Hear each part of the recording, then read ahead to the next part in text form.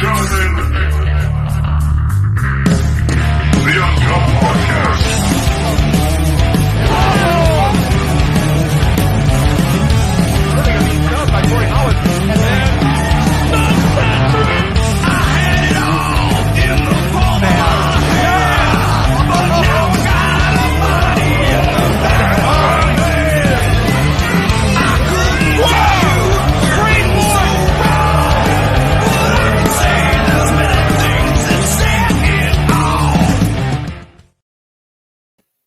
It's the best intro in the business. It's your boy, the Ace Nick White, all by his onesie this week. Matt is currently on his way down to the Sausage Castle for the Who Knows Who Will Show Up Battle Royal.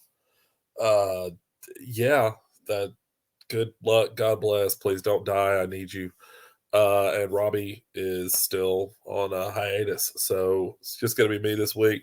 I'm not going to sit here and bemoan the fact that I'm by myself because I'm the smartest of the three of us anyway, let's be honest. Dude, coming off Forbidden Door last weekend, me and Matt were there. If you saw Love Panda's TikTok, man, you saw Okada and Shibata and just that whole night. Orange Cassidy and Will Ospreay was not for everybody, but it was the match of the fucking night for me. It was a beautiful thing. God, so much going on. Money in the Bank coming up this weekend.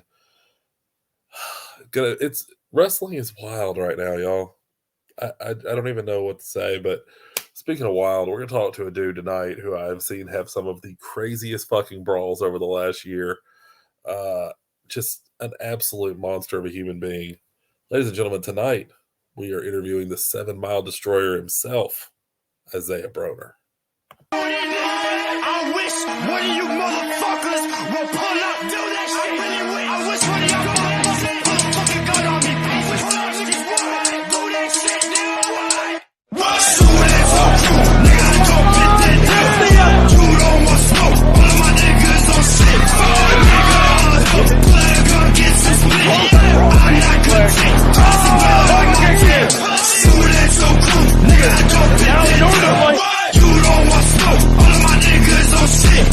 Nigga, play a gun, get some split. I'm not content, toss a gun on my tail.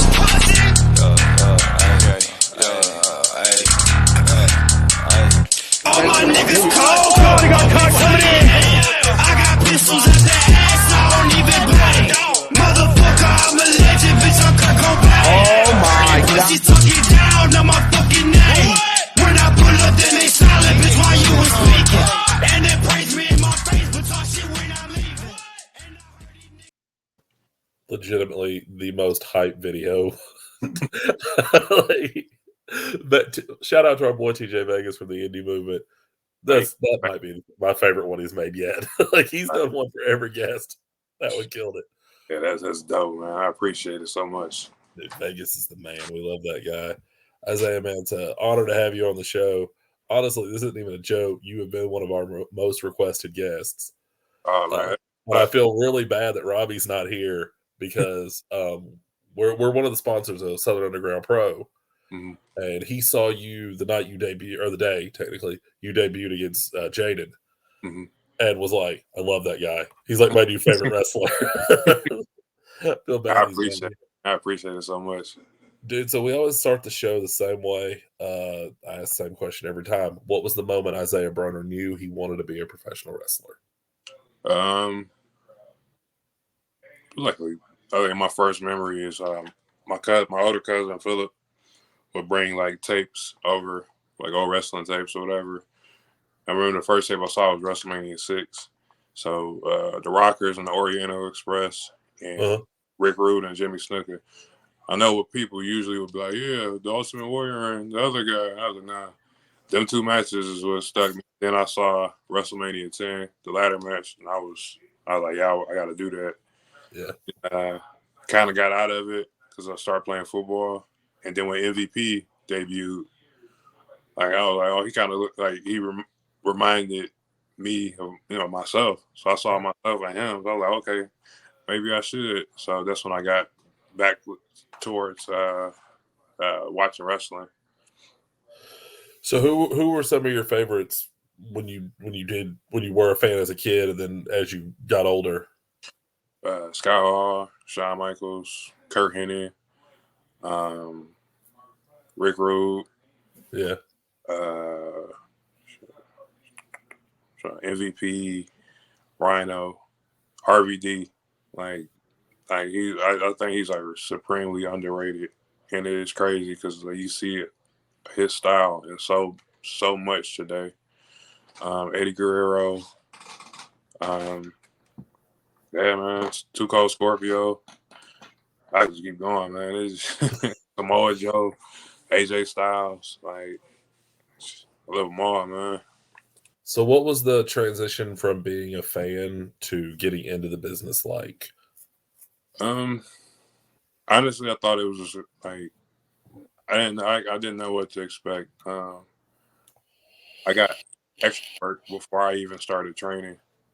Like when I was like, all right, I'm gonna try to wrestle, and then I got invited to do extra work. I didn't know etiquette or anything, so I'm just back there. Hey, I'm so and so and and yeah, and then when I actually started training, it was like, damn, it was like, all right. It wasn't hard. Like I caught on to it quick, but it was like a quick snap reality. Like it's not just gonna be like a walk in the park type deal. So it like if anything, I look at it now like I study more than Mhm. watching the fan now. Like if I'm watching matches, I'm watching people's footwork, watching the pace of the match, seeing what they're doing, how the crowd reacts, and stuff like that now. This is kind of fast forwarding because this is so recent. It was literally last night. You said you had done extra work. Not to spoil anything, but you did do Dark Elevation last night. Um, what is that experience like in the locker room? Like, are you hanging out with the guys that are on the show? Are you hanging out with your people? And then are you just fucking glued to the monitor? Um, I, like when we get there, they tell us what to do. Mhm. I follow the rules. I don't want to look at it as you never get a second chance of making a first impression, and I don't want that first impression to be, oh, he's not following direction, he's not coachable type stuff like that. So, but everybody was like extremely welcoming. Everybody was nice. Um, it was a terrific experience. Like I say, like all the talent was nice. The executives, everybody treated us like one of their own. Just wanted to make sure I follow etiquette and did what I saw up, what I was supposed to do, and just went from there. Yeah, for sure. So, kind of taking it back to the beginning, who were some of your early influences? Like, who were people that when you first got into the business, you went to for advice? Like, who were kind of the road trip partners, maybe even, and things like that?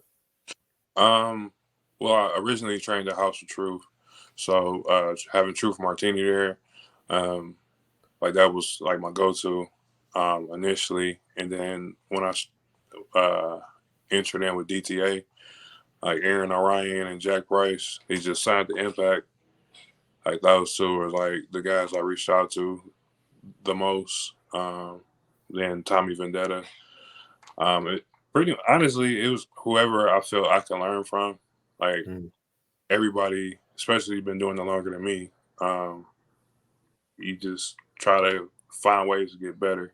Everybody's gonna have advice because wrestling is subjective. You can ask 100 people about the same match and you hear 100 different things. right. So I try to take what applies to me or what I can take from it the most and apply it. So, but I'm open to advice from anybody. Like, as long as you have some like very valid, constructive criticism, anything's gonna help me get better. You brought up DTA, and when we had Tommy on, I guess about 6 weeks ago now, he talked about DTA a lot. And the one question I never got around to because we were just fucking cracking up half the show was what was the origins of DTA? Like, what brought you guys together as a crew? Um, I believe Aaron and Jamie and Christopher Saint started it before I was even wrestling. Um, I think probably like my fifth match, I had a 6-man against Aaron, and he kind of like my fifth and my sixth match was like against Aaron, and then he kind of just proposed the idea that I come hang with them and join them, and I took it as an opportunity to learn. So Ever since then, like we kind of grown.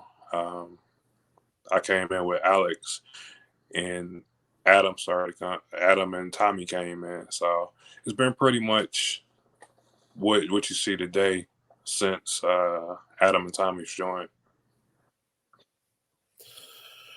What are some of your favorite road memories of riding with those guys? And it can either be just the advice or just like crazy road stories, whatever you got. Just like just riding and hanging with them. Like it's like my brothers. So it's Yeah. just making jokes, just being dumb, just hanging out, man. It's very calming knowing that I can go to work with my friends and leave with my friends, and I'm comfortable to discuss how things went or different ideas, or if it's just stuff outside of wrestling. Like I got that comfort or whatever. So every road trip is dope. Them just the camaraderie. The match you had with Tommy early on this year. I mean, this has been a crazy year for wrestling, and it's still on the list. Was an early candidate of mine for like one of my favorite matches of the year. Thank you. Just because it was definitely that like you hit your friends harder kind of match. Yeah. Yeah, just being around it, I've always seen like, yeah, you could tell these guys either really hate each other or really love each other. There is no difference.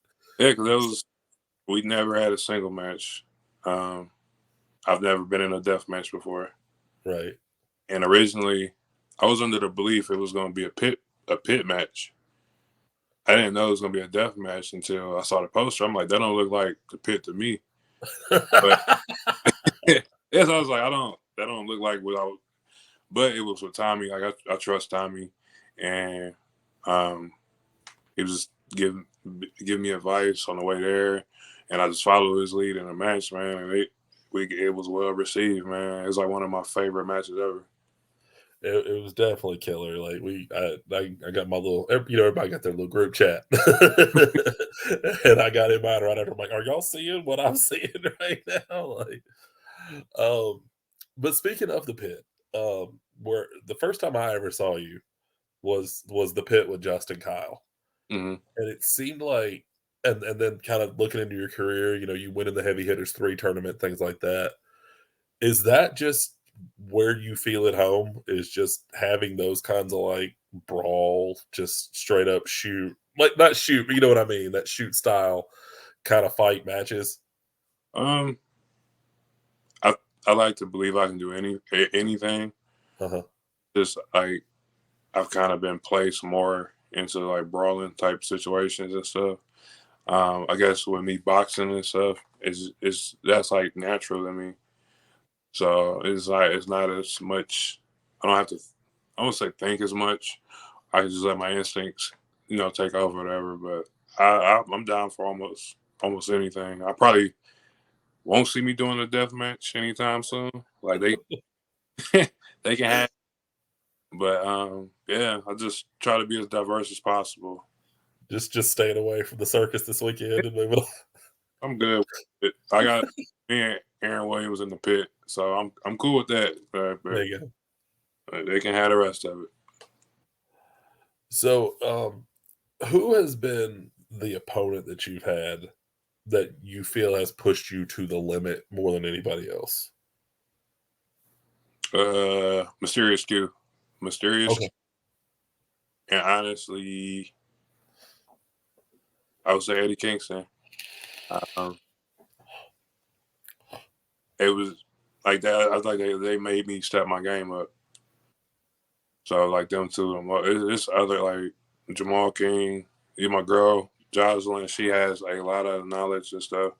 So they're right there too. But those two specifically, Q and Eddie Kingston, like they really made me step up, not just with the moves, but everything from the pacing, everything. I took a lot out of those matches. Yeah. I've interviewed 2 people before a Suzuki match, Mm-hmm. but I've never gotten someone after the Suzuki match. What was the Suzuki experience like? And it was dope, man. Like he was chill. I learned less is more in that, like in that environment. Like less is more. Like just walking to the ring and that energy, and then standing there during his entrance. Like I wish everybody could feel what I felt just standing there watching him come to the ring and then being in that match and sharing the ring with him. Man, I'm very thankful for that experience, man. It was a hell of an experience. I always like knowing these moments, like the kind of behind the scenes stuff. What was the conversation with you and I'm going to assume John Thorne when they told you were getting Suzuki?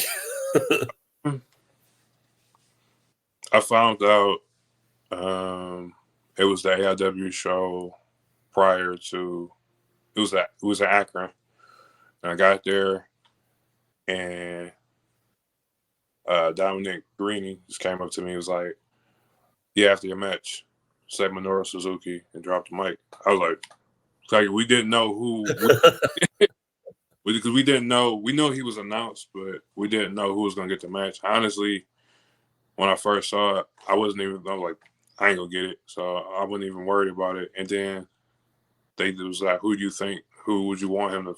And my name kept popping up, and then they gave it to me. So right before I went out, Thorne said I earned it. Prove him right, and that's all I wanted to do was just prove that he was right and give me the opportunity. So, yeah, I literally find out the day of. They're like, oh, by the way, I know you're about to have a match and all. You're getting Suzuki next month, Yeah. though. So just stay calm. Everything's cool. That's exactly how it was. I was like, all right, I got to do a match. And then the whole match, I'm like, Minoru Suzuki. You got to have like that weird, like, kid giggle in the back of your head going, like, Yeah, I'm going to fight Minoru Suzuki. like they don't even know what I'm about to tell y'all. Like, but, oh, man, I'm really appreciative to them because they took a chance on me. And they gave me opportunity. I'm just doing my part, man. Yeah. What's the pre-match ritual like for you? Are you a pacer? Are you a music guy? Are you a Alec Price smacking the shit out of yourself kind of guy? When I get to the venue most of the day, you'll see me laid around somewhere, either trying to take a nap or or watching like the Wayans brothers or something. And then before like literally before the match, like I say a prayer to my dad. I'll just put Mini Men on repeat until it's time for me to go out there, and that's usually it. It don't take that much, man. The music hit, and I'm there. Yeah. It's definitely, your music is definitely super fucking hype, even though I can't sing it in the crowd. I was like, first time I saw you sub, you come out, and I'm like, oh, this fucking slaps. And then I put the tweet out like, hey, what's Isaiah Broner's music? And you sent it to me, and I was like, Yeah. I can never in my life, never in my natural born life. When I first started using it, I was like, this is gonna go either one or two ways. And like looking at the video back, and everybody like nods their head, and then they hear the lyrics, and they're like, okay, I'm just gonna keep nodding. I'm like, yeah. I'm just looking around like, nope, I'm not getting punched. Not tonight.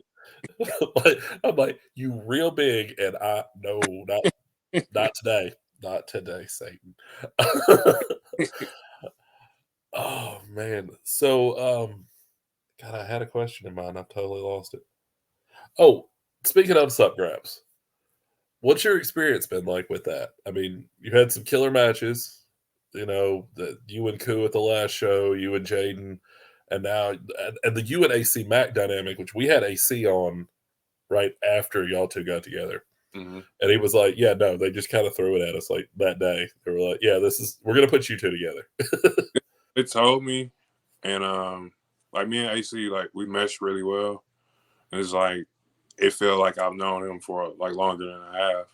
And he's like one of the coolest people ever. So he kind of eased me into that role by just being with him. And then like that crowd is super hot, man. Like they if you don't bring it, or they'll let you know. And I feel like they accepted me after that match with Jaden, And I love that match too because like we got halfway through the match, and anything I hit, like they were. I was like, I got them. So I love that crowd, man. I love working down there. It is just that the vibes, man, the energy is something else. It's definitely a crazy environment. Like like I said, we've had AC on twice, and being like one of the sponsors of the show, like we've had like Dylan on, and we had Jesse on before his last show and stuff. And it's such a different experience because like me being from Nashville and seeing what Nashville crowds are usually, which are the typical Southern crowd, like to see that crowd, which is all 20 and 30 somethings, and they're all just like there to party, it seems like, and watch a fight throughout the party. Yeah, no, everybody standing it's like it's like a concert atmosphere because it's like the ring is surrounded by everybody, and you're just looking around, nobody's sitting down. That energy, man, it's dope. So I forget if it was you that tweeted it or O'Shea that tweeted it, but one of you had the other one on the Oh yeah, people I want to face list. O'Shea's list, yeah. Yeah, dude. I'm just happy people starting to like pay attention to like recognize me a little bit more. That meant something to me. That means he was watching, and he he kind of mentors me. He looks out for me, so that's my guy. Like I flew down to Texas for a seminar, like no guaranteed spot. Like when we first had like that conversation, I did a match, and I talked to him for like 20 or 30 minutes afterwards. He didn't have to do that, and ever since then, anytime he sees me, it's all love.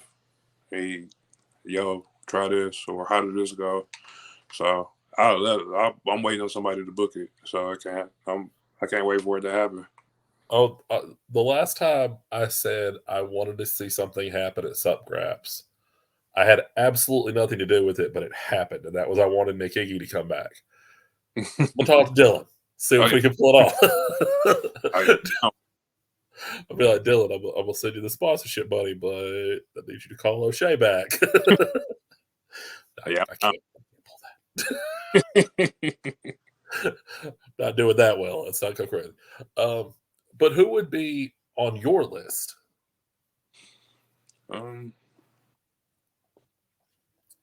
Right now, like Brian Keith. I like what he's doing. Joshua Bishop. I'm almost shocked that hadn't happened. Like that shocked face wasn't that like, oh, why Joshua Bishop? Not yet, but I know it's coming. So yeah, like I dig his work, man. He's I don't know how he ain't signed yet, but trying to think, man. ACH, Mac, anybody, man. Like at this point, I just want to continue to show people that I deserve to be here, and I'm not just blowing smoke up people's ass. When I feel like I'm the best kept secret out here. So Lee Gresham, whoever. Like I feel like I can my style mesh with anybody. I can have those matches with anybody. So whoever wanted. You talked about Bishop not being signed, and when I was at Forbidden Door the other day, there's a few of us that kind of got together. We were talking about independent wrestlers getting signed, mm-hmm. and I'm not saying anything against AEW, but it does seem like they're kind of doing a lot of the WWE cast-offs and then bringing in the indie guys underneath, which is cool. I mean, those guys don't have those names. You got to build them up. Do you feel like even though there are two major companies now, there's really only one where you kind of have a chance because WWE isn't really doing that? Or is it just you're just out there fucking fighting and hoping for the best? I think a lot of the companies that isn't WWE, they give you the opportunity. It's pretty. How I look at it is what you decide to do with it. For example, Hammerstone signed to MLW. Like almost everybody knows what Hammerstone is. That's because bust his ass to get to that point. It's either you like get signed with these companies and you just be satisfied with just having that contract, or I would put it in the overdrive. So it's like I feel like wherever I go, I can make a big leap off of it because of my work ethic. A lot of people see contracts and just that's it. Is that the end game though for you? I mean, obviously, monetarily, the goal would be a contract, or is it you just want to make your name as big as possible? And because I mean, it is possible to make a living on the indies nowadays. If I can make a living and feed my family, that's all that matters to me. While doing this, that's the goal. I would love to be signed. I don't have a preference where, but as long as I can make a living off this and provide for my family, that's the end goal for me. Taking care of my mom and taking care of my family, so she doesn't have to work as hard, or she can just relax. You know what I'm saying? From all that she sacrificed for us, that's my goal. We you brought up earlier that your girl Joselyn Navarro, also in the business for anybody who doesn't know. Saw her at Sup Grabs, AIW, places like that. I've always wondered, is it a blessing or a curse, though? It's a blessing because she understands. Right. Like honestly, the majority of my road trips now, for like the past 2 years, it's been like she's been there. So she's very knowledgeable, and I can just like talk to her about, okay, what do you think? What do you think about this? Stuff like that. I try stuff out on her. She tries stuff out on me. We flow ideas on each other, and just she has an understanding of how this works. Being with somebody who doesn't have an understanding of this creates headaches because they don't quite understand the ins and outs. It's like, oh, you should go wrestle, come back home, and it's like it doesn't just work like that. Or I just can't be like, all right, WWE sign me. Like it doesn't just work like that. And with her being in the business, she understands the good, the bad, and the ugly of it. So it's always a plus. Good deal. Because obviously, you see so many couples where like in the business and they have different ideas of how things should go or whatever. And sorry, speaking of couples, my wife just got home with my dinner. Thanks. Hit this McDonald's. So I just didn't know if like there's ever like that butting of heads moment where you're like, like I said, we don't agree on everything. But it's not to a point where it's like constant. It's just like, oh, I don't agree with that, or I don't want to do that. And that's pretty much the end of it. It's nothing too drastic about it. So just watched your match with Manders, and then you set up the match with PB Smooth at Absolution. What are you expecting out of that match with PB Smooth? I mean, that's actually a dude that's bigger than you for a change, which I'm sure you don't deal with a whole lot. I'm a game plan it. It's gonna be a fight. Like that's all. Somebody that size try to turn it into a fight. I'm confident in my strikes and my strength. So I'm looking forward to it. It's just a different challenge, but it's still a challenge. So he asked for it, so he got it. So careful what you ask for, bro. Yeah, man. I hate doing this, but I actually have something that just kind of came up. Okay. So I need to handle that. So we're gonna go ahead, if you don't mind. Oh no, it's take care of it. I was in the show the same way though, man. Give you full screen. Go ahead and push your socials, push all your upcomings, things that you got going on, and we will. I'd love to have you back for part 2 when shit doesn't hit the fan in the middle of the episode. That's cool, man. Thank you for your time. Thank you for giving me the platform to give a little bit of my myself. Y'all can follow me on any social media, Isaiah Broner. Check out ICW, Pele Pro, AIW that's coming up. AEW Dark Elevation. Be looking out for that. I believe next week or whenever they air it. I believe it's next week. Just thank everybody for the level of support. Just keep pushing. Isaiah, man, once again, thank you for your time. Very much appreciate you coming Yep. on, dude. I'll hit you up. We'll definitely do a part 2, and Okay. I won't run away in the middle. Well, man. All right, man. Appreciate you. All right, man. Sorry, this is a short one, guys. Life. Anyway, next week we'll be back July the 7th with Reverend Dan Wilson. We got a big July coming up. A lot of people. It's going to be wild. Thanks so much, and we will see you next week. And since Robbie's not here, 1, 2 clicks.